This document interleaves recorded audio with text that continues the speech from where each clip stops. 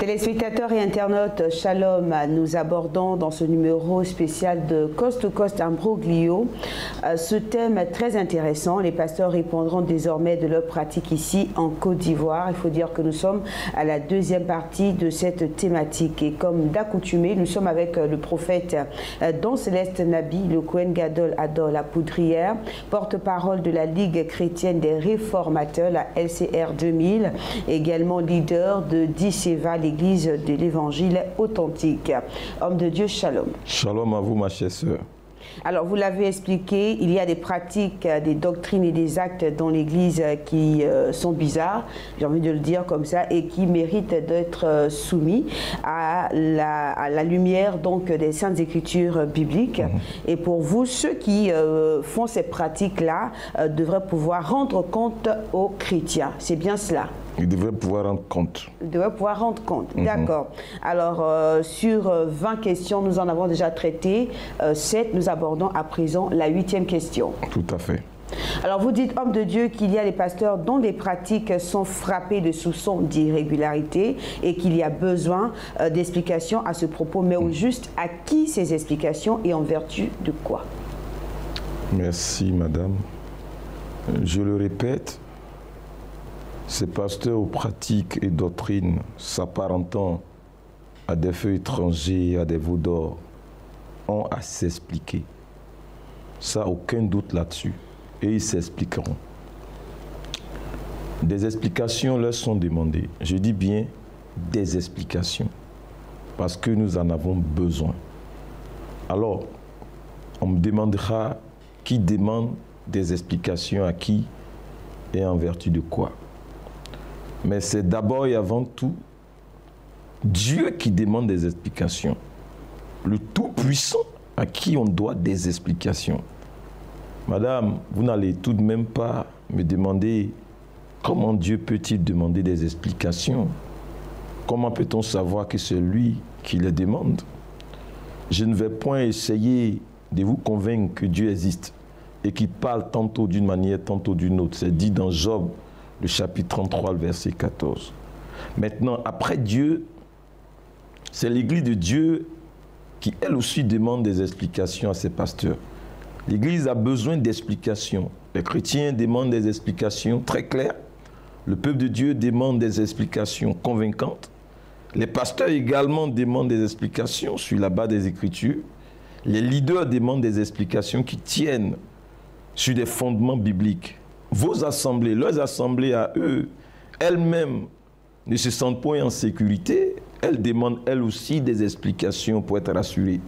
Et puis, la nation, elle aussi, où ces pasteurs-là sont, et qui sont secoués par les convictions internes dans les assemblées de ces pasteurs, les convictions qui impactent l'extérieur de leurs assemblées, leurs assemblées également, et les nations demandent des explications, et même, madame, le monde dit païen, qui, ma foi, est scandalisé, demande des explications fondées à la lumière de la Bible, et non des émotions, des spéculations et autres, non pas du sophisme, un raisonnement apparemment logique.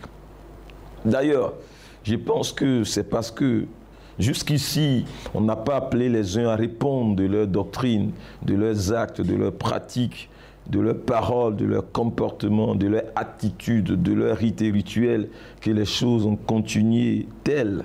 Pourquoi?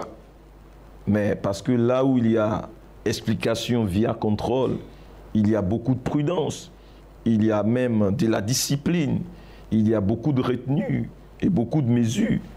Et il le faut, sinon vogue le foutoir là.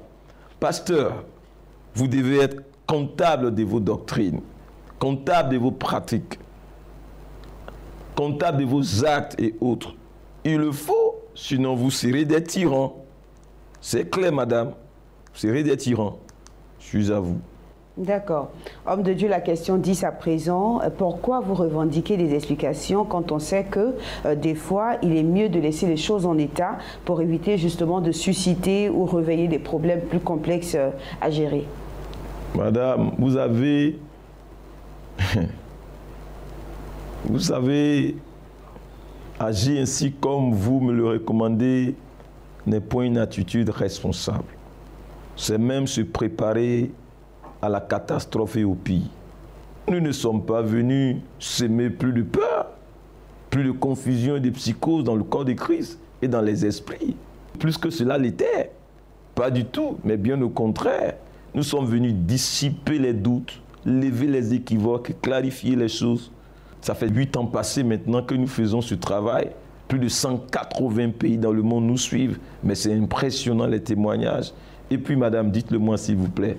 Vous aurez préféré que nous laissions les gens qui veulent aller au ciel et être heureux sur la terre dans l'ignorance, dans la barbarie, dans la confusion, dans le doute, dans le scepticisme? Franchement, êtes-vous convaincu que la paix dans l'ignorance est préférable à la vérité dans la douleur? Nous faisons un travail salutaire, madame, et non pas dévastateur. Nous faisons de la chirurgie spirituelle pour que le corps de Christ soit davantage édifié, débarrassé des cellules cancéreuses. Nous ne sommes point venus troublés par le plébiscite, le sac de la vérité via les explications comme les uns malicieux qu'ils tenteront de le faire croire. Parce que voyant le danger de leur dévoilement poindre à l'aurore, écoutez, aucun chrétien authentique ne peut être troublé négativement par la vérité divine, par la vérité des Saintes Écritures. Aucune église authentique ne peut être dévastée par la vérité ou se sentir dans l'insécurité relativement à la vérité des Saintes Écritures. Aucune, non, anyone. C'est pour cela que hier, Élie, lorsqu'il était accusé par Akab de troubler le pays en disant « Est-ce toi qui jettes le trouble en Israël ?» Le prophète a été suffisamment clair avec lui dans sa réponse en ces termes. Dans 1 Roi 18, le verset 17 à 18, ici le verset 18, « Je ne trouve point Israël, c'est toi au contraire, et la maison de ton père, puisque vous avez abandonné les commandements de l'Éternel et que tu es allé après les Baals. » Aujourd'hui, beaucoup de pasteurs ont abandonné la parole de Dieu, beaucoup de pasteurs ont abandonné les Saintes Écritures, beaucoup de pasteurs ont abandonné la Bible. Ils sont allés après d'autres divinités, après d'autres rites rituels et pratiques, ils sont dans autre chose la nuit là. Le jour, ils sont dans les temples, mais ce n'est pas des temples que vous voyez là, c'est le prolongement des temples des démons. Pour nous, il est clair que Satan et ses hommes sont déjà dans les églises visibles de Jésus-Christ, pas seulement dans les sectes pernicieuses pseudo-chrétiennes qui sont leur patrimoine et entreprise. Ils sont déjà dans les courants authentiques de la foi chrétienne. Ils y sont déjà, madame. Ce qu'ils cherchent présentement, c'est comment prendre le leadership et faire adorer le diable à la place de Dieu dans ces églises. Il n'y a rien de fort, je dirais, au fait. Où voulez-vous que Satan engage le plus d'efforts? Dans le monde? Pas du tout. Écoutez, tout le système de ce monde est déjà sous son contrôle. C'est son appareil à lui, l'establishment à lui. Satan tient déjà le monde sous son contrôle. Le monde n'est d'aucun enjeu pour lui. C'est un acquis là. Son champ missionnaire, ce n'est pas le monde, mais l'Église. C'est là qu'il veut se faire un actif. C'est l'Église l'enjeu là. Le monde, c'est déjà un acquis pour lui. Il n'a rien à prouver dans le monde. Son seul défi, c'est l'Église. Comment y rentrer incognito pour travailler en détruisant tel est son projet. Si ça n'est pas déjà fait pour la plupart des assemblées. Comment museler l'Église, l'affaiblir au maximum. Tel est son dessein. Ça, c'est un coup. Comment y investir pour envahir. Telle est sa stratégie. Ça, c'est également un coup, madame. Beaucoup d'églises sont du diable. Elles sont nées du diable. Beaucoup de leaders ont fait allégeance au diable. Beaucoup ont été toujours avec Satan depuis le commencement de leur ministère où ils ont enfilé le manteau de la peau d'agneau. Ce sont leurs chrétiens qui le découvrent maintenant et qui peinent à croire au point de douter du Saint-Esprit au bénéfice de la foi qu'ils placent en leur leader. Franchement, gardez bien, madame, cela à l'esprit. Pendant que Dieu nous envoie gagner des âmes dans le monde, Satan envoie ses hommes, lui aussi, gagner des âmes dans l'église pour l'enfer.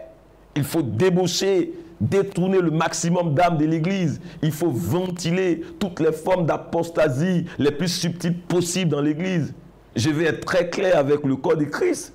Dans cette nation et partout dans le monde entier, ceux qui me suivent, toutes les églises évangéliques ne sont pas des églises authentiques. Hein?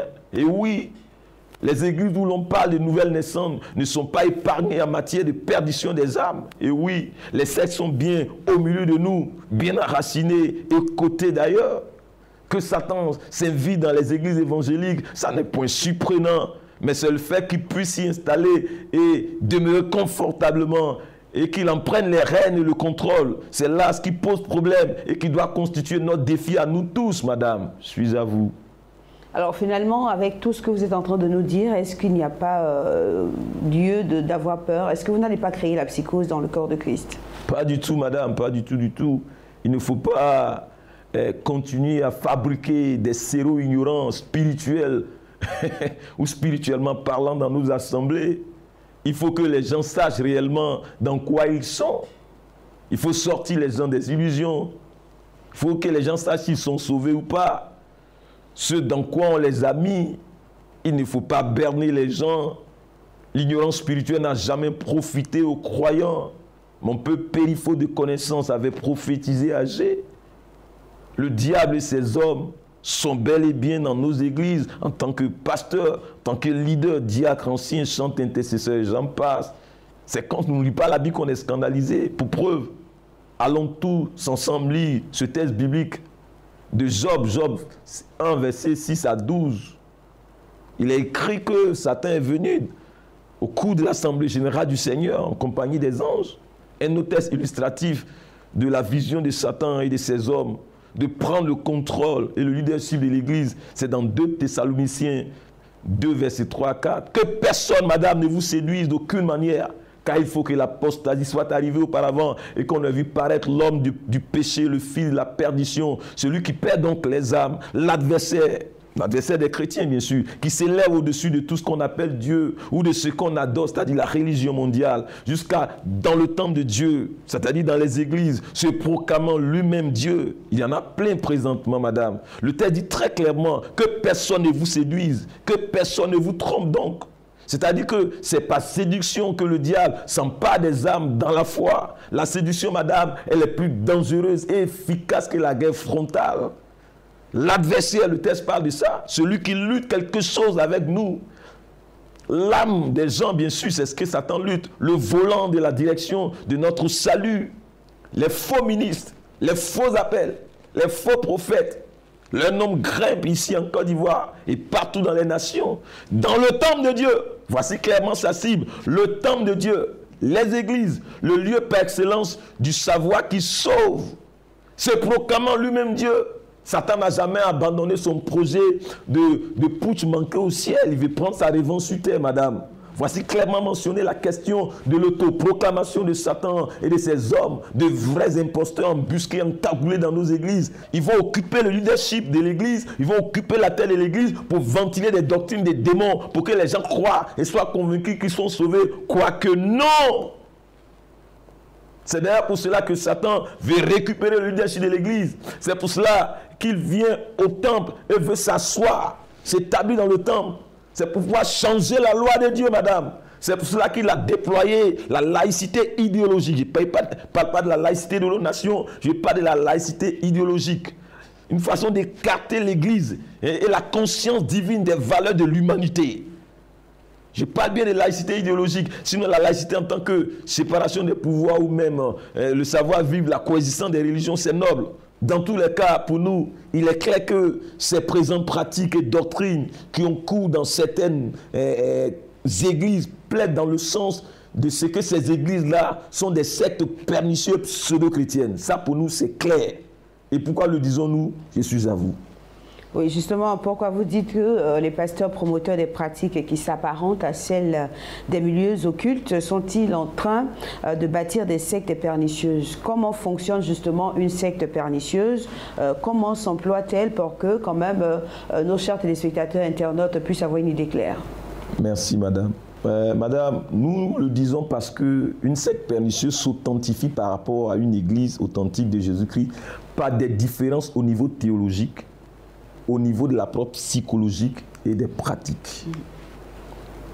Tout d'abord, les systèmes de croyance des sectes sont conçus pour retenir des esprits fermés, pour construire des esprits obtus. C'est-à-dire que dans une secte, tu es appelé à enterrer et mourir avec tes convictions personnelles, tes doutes et tes peurs. On te manipule, on te déforme et on te détruit. Il n'y a aucun processus d'évaluation rationnelle impliqué dans l'acceptation des faits. On t'enferme dans un ensemble de choses à croire sans nulle question à poser. Tu dois avaler tout ce qu'on te donne comme un mouton. Tu dois brouter toutes les herbes qu'on t'envoie, même les empoisonner. On prendra soin de te dire, ici on ne pose pas de questions, on ne vient pas pour raisonner, on accepte tout, sinon c'est se rebeller contre Dieu. Vous voyez bien que ça c'est un fidéisme délirant. Il s'agit d'un véritable lavage de cerveau et d'un endoctrinement en profondeur. C'est un état d'esclavage de haut niveau. On te tue à petit feu, on te détruit un peu plus chaque jour, on te déforme en profondeur un peu plus chaque jour. On fait de toi un OGM, une personne modifiée, désidentifiée, avilie. On fait de toi une chose, un patrimoine, un bien personnel, un animal domestique apprivoisé. Tu n'existes plus de par toi-même, encore moins de par Dieu. Voilà. Dans une secte, les systèmes de croyance sont ceux du fondateur. Ça, c'est clair.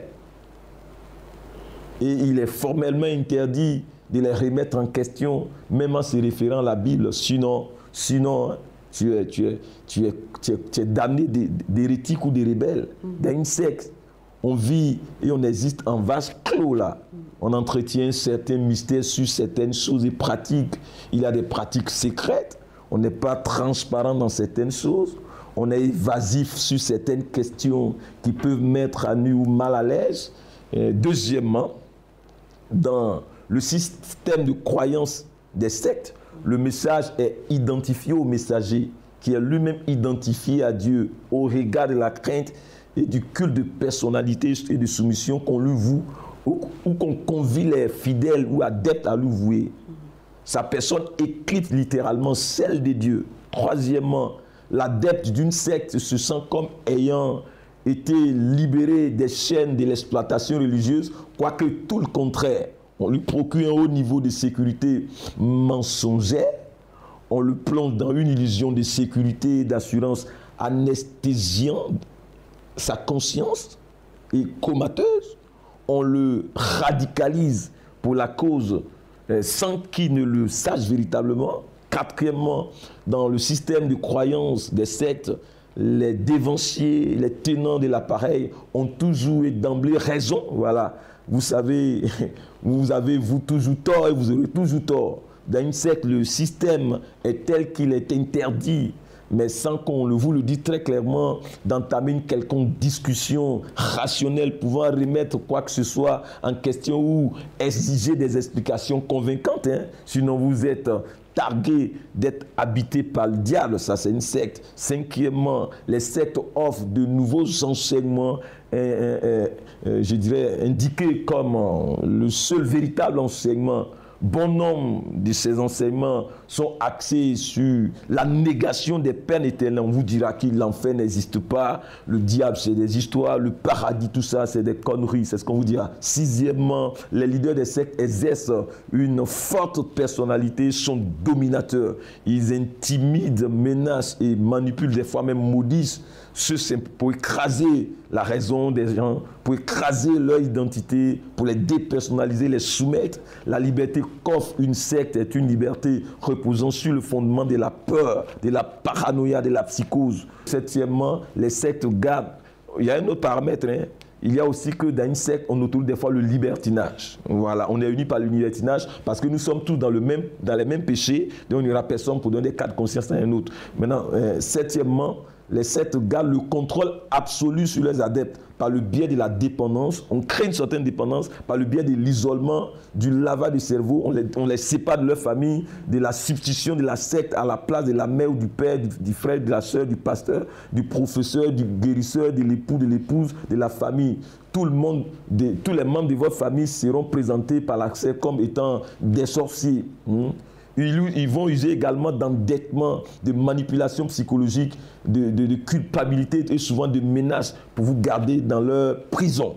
Les sectes sont, madame, des prisons, je suis à vous. D'accord. Est-ce que finalement, vous n'êtes pas en train d'inciter les chrétiens à l'infidélité à leur assemblée? Madame, je sais qu'on s'empressera pour me demander si j'encourage l'infidélité aux assemblées. Mais ma réponse à cette question saute aux yeux. Point et absolument pas. Jamais nous n'avons fait le culte de la déloyauté ni le sac de la trahison. Nous sommes respectueux des Écritures qui nous enjoignent de cette manière-ci, dans Hébreux 10, 25. N'abandonnez pas votre assemblée comme c'est la coutume de quelques-uns. Donc nous sommes respectueux de cela, madame. Nous disons simplement et fermement que notre loyauté et notre fidélité ne doit point être directement orientée vers une personne, qu'elle soit leader ou pas. Maintenant, si c'est un gourou, qu'on nous le dise très ouvertement, hein, voilà. Notre loyauté, madame, et notre fidélité en tant que chrétiens doivent reposer sur la conviction de la présence et de l'approbation de Dieu quant à là où nous sommes et quant à ce qui s'y fait, quant aux pratiques dans lesquelles on nous introduit. Ne nous demandez pas d'être loyal ou fidèle à Satan. Ça, nous refusons cela. S'il s'agit de la saine doctrine, ok, il faut être partant.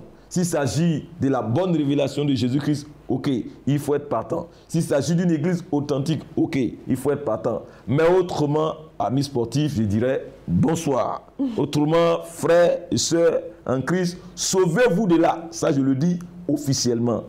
S'il ne s'agit pas de la sainte doctrine, s'il ne s'agit pas de la bonne révélation de Jésus-Christ, sauvez-vous de là sans aucune hésitation. Ne regardez même pas derrière comme l'autre. Car ça ne peut être qu'une secte pernicieuse pseudo-chrétienne, un centre bâti non pour le salut de votre âme, mais pour votre perdition éternelle. C'est une prison, sinon même une salle d'attente pour vous avant l'enfer. L'Église n'est pas un club d'amis, la foi chrétienne n'est pas un engagement à la camaraderie émotionnelle. L'Église n'est pas un lieu où l'on est lié par un pacte de silence. Ne laissez personne, peuple de Dieu, personne jouer avec votre âme et avec votre éternité. C'est à vous seul que Dieu demandera compte. Réalisez que dans les sectes pernicieuses, pseudo-chrétiennes, pseudo-pentecôtistes, pseudo-charismatiques, pseudo-évangéliques, on conditionne les fidèles à défendre plus l'homme de Dieu que la vérité de Dieu. Et ça, nous disons non. Sachez, retenez que notre loyauté, madame, en matière de spiritualité n'est point inconditionnelle, ni directement orientée ou due à une dénomination quelconque. Autrement, nous sommes dans une secte pernicieuse pseudo-chrétienne. Le salut ne se trouve dans aucune confession, mais en Christ, en Jésus-Christ seul. En toute chose, dans la foi chrétienne, que vous serez conviés à vivre, cherchez la place de Christ dans l'affaire. Autrement, prenez vos distances. Notre loyauté doit être conditionnelle et indirectement vouée ou orientée vers une personne, un leader, une église, une institution chrétienne, uniquement sur la base. De même, leur loyauté et soumission directe et inconditionnelle à Christ. Voilà. Si eux-mêmes sont soumis à Christ, ok. Et cela, et si une personne est soumise à Christ, elle ne va pas vous manipuler. Elle ne va pas vous envoyer en enfer. Et nous le disons eu égard à ce qui est écrit dans les Saintes Écritures. Je le dis, on ne s'associe pas pour aller en enfer par loyauté à la queue leu. Ça, c'est de la stupidité. Que ce soit donc clair pour tous. La doctrine est irremplaçable dans l'authentification et l'adhésion à une église. Si vous voulez adhérer à une église, observez bien leur doctrine. Cherchez à connaître leur credo doctrinal. C'est la sainte doctrine qui doit nous unir ensemble dans une foi commune en Christ, dans une assemblée. C'est la sainte doctrine qui doit orienter ou déclencher notre loyauté et non les émotions. C'est la sainte doctrine qui doit motiver notre engagement profond et durable dans une église où nous œuvrons. Autrement, prenez vos âmes À vos coups. Je suis à vous, madame. Alors, homme de Dieu, nous allons partir pour la question 14. Est-ce qu'on pourrait quand même avoir la liste de ces veaux d'or et feux étrangers qui sont en train de comme embraser l'Église, sinon les assemblées? Merci, madame. Madame, alors, à côté de tout ce dont je viens de faire mention comme pratique et doctrine, pour compléter, que dit des doctrines et pratiques qui ont émaillé cette période de l'histoire de l'Église, ici en Côte d'Ivoire, avec notamment l'évangile, la prospérité, qui n'a pas encore véritablement disparu, parce qu'ayant mué en d'autres formes plus digestes, les placements d'argent, les entreprises pyramidales, la formation tue l'onction, on a entendu ça. Nul besoin de formation pour servir Dieu. Le Saint-Esprit enseigne. L'exaction fétichisme mise au compte du prophétique, avec toutes ces ventes dans les églises et aux chrétiens d'eau, de bière, de balais, d'objets sacrés, de tout et n'importe quoi. Sans oublier les érections d'autels, les sacrifices d'animaux, le soin-ci, c'est-à-dire sème et moissonne, les offrandes des rachats des âmes, etc.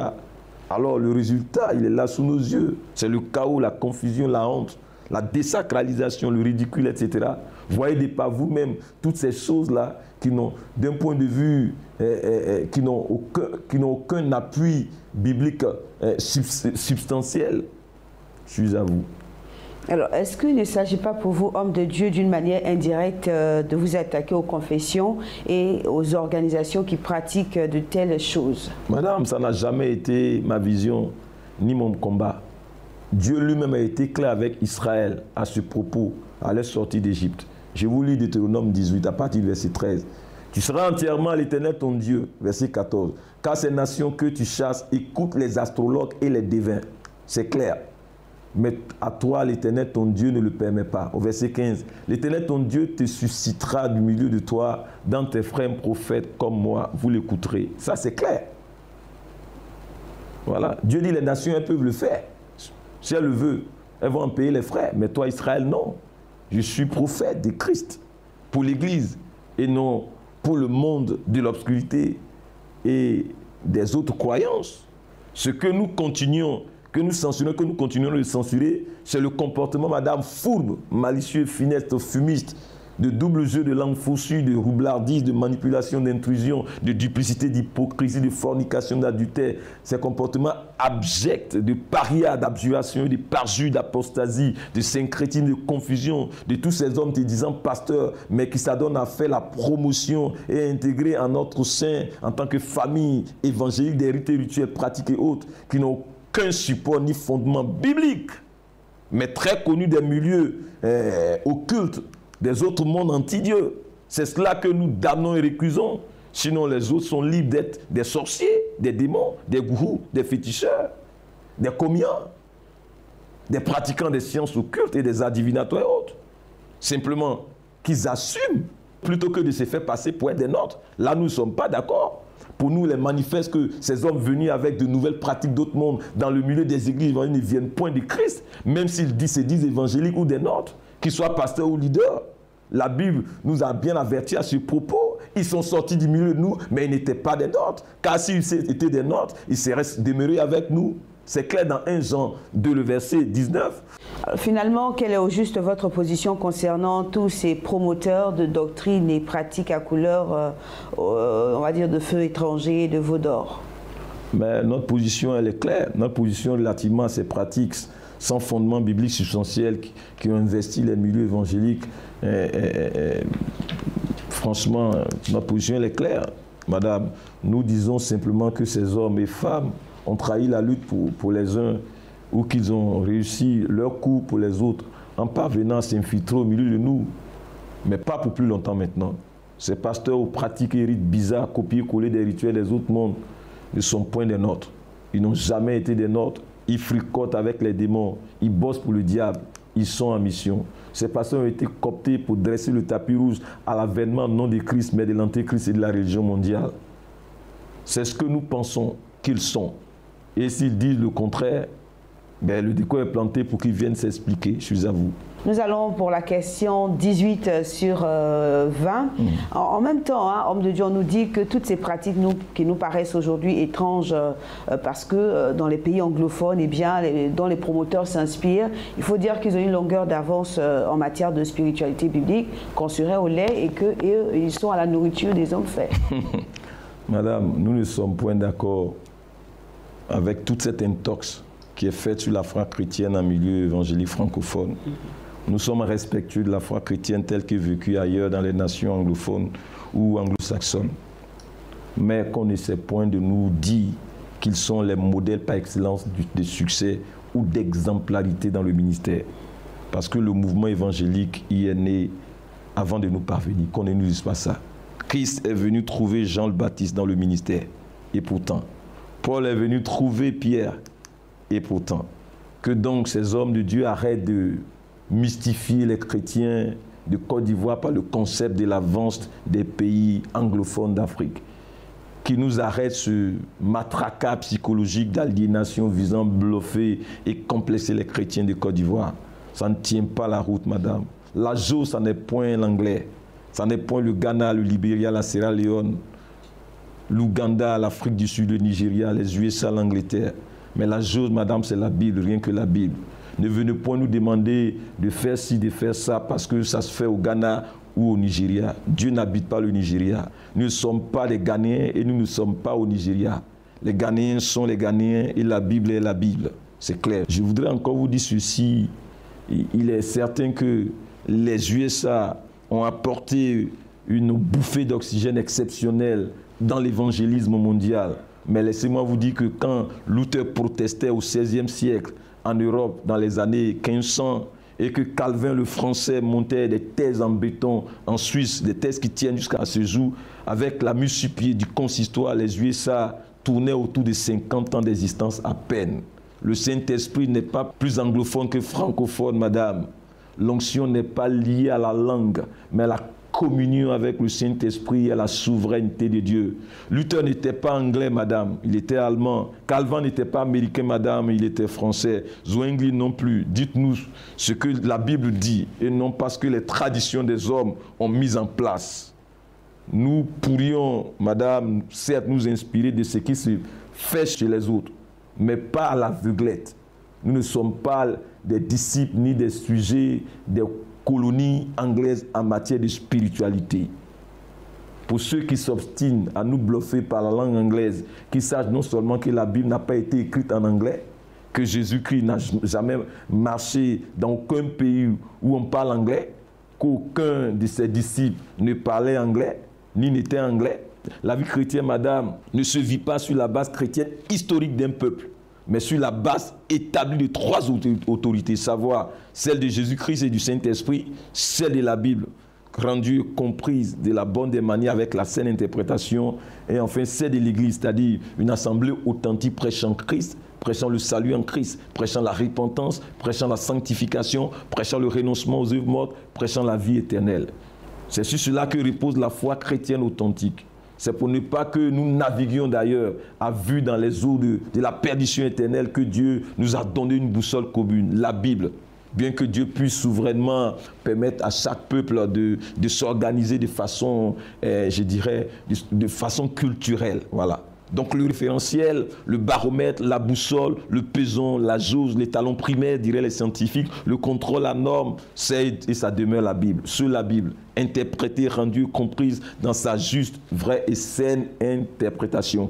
Aucune expérience vécue ne peut s'élever au-dessus de la Bible ou transcender la Bible. Aucune pratique dans l'Église ne peut violer la morale de la Bible. Aucune culture d'un peuple ne peut valoir égaler ou éclipser la Bible. Nous disons non. Il est impossible que l'Esprit de Dieu nous demande d'aller nous inspirer de Satan et des pratiques de Satan pour venir édifier son Église. Auquel cas, Satan devient le modèle par excellence et non pas Christ. Dieu ne peut dire une chose dans la Bible et nous convie à faire une autre en pratique qui viole la Bible. La Bible est le référentiel commun à nous tous. Question 19 à présent, homme de Dieu, pourquoi s'évertuer donc à polir la fondation des églises vu que l'église ne sauve pas? Alors madame, que cela soit très clair pour tous les chrétiens de Côte d'Ivoire et de partout dans les nations. Il est plus que vrai et absolument évident que l'église ou les églises ne sauvent pas. Ça, c'est vrai. Mais néanmoins, Dieu sauve les âmes par le canal de son église et des églises locales, via les pasteurs et les chrétiens. Les authentiques, bien sûr. Ce sont les églises locales authentiques seules qui sont porteuses et prometteuses du message du salut authentique en Jésus-Christ. Donc, il est évident que nous devons travailler à ce que les églises demeurent authentiques si nous voulons voir les âmes être sauvées. Et je le dis, ne courez pas le risque de vouloir braver Dieu en vous fixant obstinément dans une secte pernicieuse pseudo-chrétienne pour y servir le diable au nom de l'Église ne sauve pas. Dieu n'a point sorti Israël de l'Égypte pour aller servir Satan au désert. Ceux qui se sont obstinés à reproduire au cours de leur pèlerinage dans le désert vers la terre promise les modèles des cultes païens qu'ils ont vus en Égypte, ils sont tous morts dans le désert. C'est de même que Dieu n'a point non plus sauvé nul d'entre nous, pas Christ, pour qu'il aille adorer le diable dans une secte pernicieuse pseudo-chrétienne.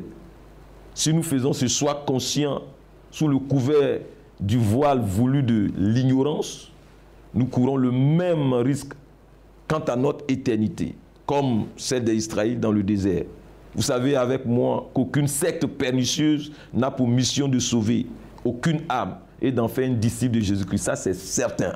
Les sectes pernicieuses pseudo-chrétiennes sont les dépositaires promoteurs du message et de la sémence de la perdition éternelle des âmes, pas celui du salut authentique. Ce n'est que la méthode qui change d'une secte à une autre. Mais l'objectif, le but ultime demeure le même. Celui qui est dans une secte pernicieuse court le risque de l'enfer. Si ça n'est pas déjà fait, madame. Il n'y a aucun salut en aucune secte. Il n'y a que condamnation éternelle et obscurité. Ce qui intéresse les sectes, ça n'est point votre cœur, ça n'est point votre salut, ça n'est point votre mieux-être, mais c'est votre assujettissement. Ce qui les intéresse, c'est vous convoyer en enfer. Je sais que les détenteurs bâtisseurs de ces gigasectes pernicieuses au milieu de nous vont essayer de nous livrer bataille pour la lumière que nous apportons à l'église au corps de Christ en Côte d'Ivoire. Ils n'ont pas intérêt que l'ordre soit et que la lumière fût, mais qu'ils sachent, la lumière est et sera. L'ordre sera et s'imposera à eux, ou bien ils seront vannés. Le désordre s'en ira. C'est cela notre combat, madame. Et nous avons le corps pour cela. Alors, nous tenons à ce que vous qui avez convoyé ces pratiques à problème dans le corps de Christ, vous veniez vous expliquer clairement sur la base du fondement des Saintes Écritures. Et surtout, peuple de Dieu, gardez à l'esprit que le défi de la fin des temps pour Satan, ce sera de s'emparer de l'Église, de s'y asseoir comme Dieu. Pasteur et leader, problématique ou à problème, souffrez donc que si vous êtes vecteur de pratiques problématiques, nous puissions vous demander des explications. Comme hier, les gens ont demandé des explications à Céphas pour s'être rendus chez Corneille. Alors, que les promoteurs de tous ces veaux d'or sachent et soient rassurés que plus rien ne sera comme auparavant, ici dans le corps de Christ en Côte d'Ivoire, où prévaut présentement la chienlit en milieu des églises évangéliques indépendantes. Ils auront à s'expliquer et ils seront contraints à cela. Que ceux-là qui militent pour l'infestation de l'Église par l'occultisme, la nécromancie, les arts divinatoires et autres, que ceux-là, ils se tiennent prêts. Ils se tiennent prêts. Nous allons leur livrer bataille. Écoutez, depuis quelque temps, nous avons vu des pratiques associées à des terminologies qui sont spécifiques des milieux occultes, et notamment lors des cérémonies initiatiques, des clubs initiatiques. Et ces pratiques-là sont en train de revêtir un concept institutionnel dans l'Église. Ils vont s'expliquer. Nous aimerions avant tout alerter les chrétiens, les pasteurs, les vrais, les leaders, les authentiques et tout le corps de Christ de ne point se jeter dans les bras de ces concepts idéologiques lucifériens dont la racine conceptionnelle est équivoque. Il ne faut pas venir embrouiller les chrétiens et les emballer dans des copier-coller de ce qui se passe dans le monde de l'obscurité. Vous savez, c'est dans les clubs initiatiques et les loges occultes qu'on voit ces choses et pratiques que les uns sont en train de vouloir convoyer dans le corps de Christ pour lui faire perdre sa virginité, son authenticité et son originalité.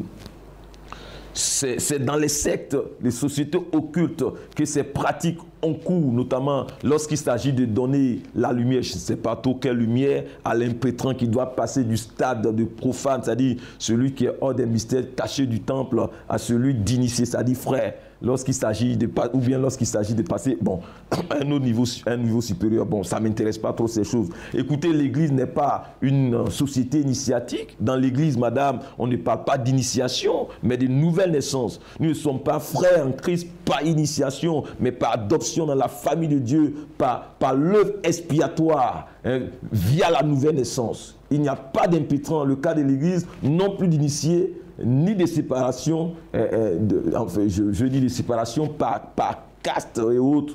La hiérarchie voulue par Dieu dans l'Église est une hiérarchie de responsabilité et non de spiritualité. Il n'y a pas des choses à cacher à un groupe et des choses à révéler à d'autres groupes. Et enfin, dans le cas de l'Église, ça n'est point un jury qui délibère pour nous accorder la promotion, mais c'est Dieu. Nous n'avons point de lumière à recevoir de qui que ce soit, ni de personne d'aucune manière. Notre lumière, c'est le Christ. Nous n'avons pas d'objet sacré douteux et chargé d'ambiguïté à recevoir des personnes. Et je vais être très clair avec les uns et les autres. Je ne viens pour m'attaquer aux gens qui sont dans les sectes. Ça, c'est leur choix. Mais je récuse qu'on vienne emballer l'Église, les chrétiens et les pasteurs dans des concepts équivoques, dans des pratiques équivoques. Je refuse qu'on veuille transformer l'Église de Jésus en société secrète. Que chacun reste dans son camp. Et mieux sera. Mieux ça sera. Il faut arrêter ces concepts et pratiques à problème et supputations dans le corps de Christ. Sinon, au besoin, venez convaincre le peuple de Dieu de la validité, de la fiabilité à la lumière de la Bible. C'est simple. Il faut arrêter cette odyssée illusoire dans les marées de la confusion et de la séduction, suite à laquelle on se souille avec toutes sortes d'onctions, on chope toutes sortes de démons, avec toutes sortes de révélations, de confusion. Ça, c'est pas sérieux. Ce que Christ nous demande, ça n'est pas des rituels mécaniques. Ça n'est pas les pratiques de l'autre monde à imiter, mais la conversion authentique, la sanctification, la communion avec le Saint-Esprit. Arrêtez d'embrouiller les chrétiens. Arrêtez de tromper l'Église. Assez, ça n'est assez. Et si vous avez voulu vous inspirer ou reproduire ce qui se fait dans les autres pays ou les pays voisins, notamment des pays anglophones et autres, sachez que nous ne sommes pas dans un pays anglophone. Prenez donc le temps de bien expliquer les choses avant que vous ne vous donniez la liberté de les reproduire chez nous en heurtant les sensibilités, les convictions, les idiosyncrasies et la compréhension des Écritures que nous avons. Mieux sachez que les traditions, les us et la culture de ces pays anglophones ne sont pas la Bible. Nous avons donc droit à des explications. Il ne faut pas les reproduire systématiquement chez nous. Respecter qui nous sommes, c'est là ce que nous disons.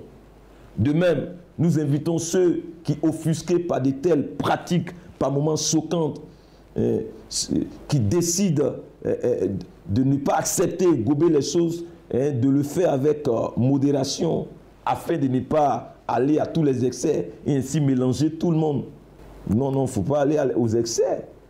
Faites valoir votre besoin d'être éclairé avec sagesse, avec respect. Il faut faire la part des choses pour ne pas attirer le propre sur l'Église en voulant combattre le propre.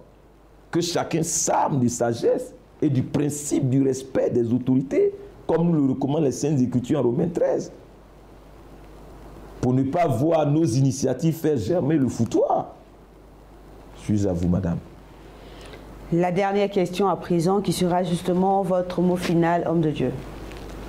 Alors que cela soit très clair pour tous les chrétiens de Côte d'Ivoire et de partout dans les nations.